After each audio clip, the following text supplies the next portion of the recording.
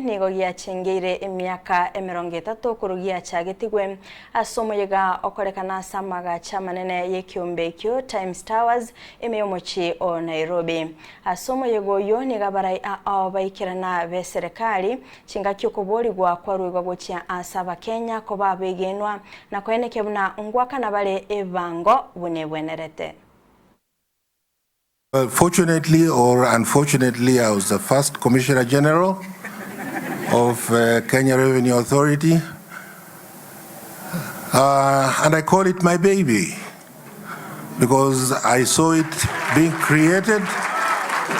I created it and I delivered it to Kenya government. In 1998, I had no idea what had been handed over to me. I'd been in the private sector, logistics industry, had interactions with customs and income tax, VAT. I never dreamt that I'll be asked to head this wonderful institution. If I look at the institution today and those days, Your Excellency Waziri, it's a completely different world. You know, without revenue, there is no state. It's a fairly straightforward point. Without revenue, there is no state.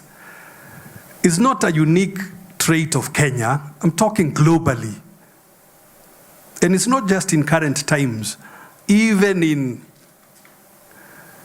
the time of Jesus, those of you who read either the Bible or the Quran, you'll have noticed where the citizen is being encouraged to finance the state. 31 counties, their budgets have come from the control of budget. Wengine wanapika kelele na hata budget yao haijakuja. So how do you procure without a budget? You know what some people used to do, especially in the counties? They used to start agreeing with contractors and the suppliers to give them goods even without procurement. That one is not going to happen now. Unfortunately, I'm sorry. I wish I could do it differently. It is not possible.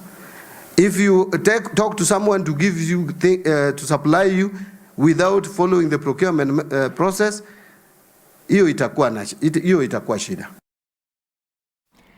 Mwancho murigereria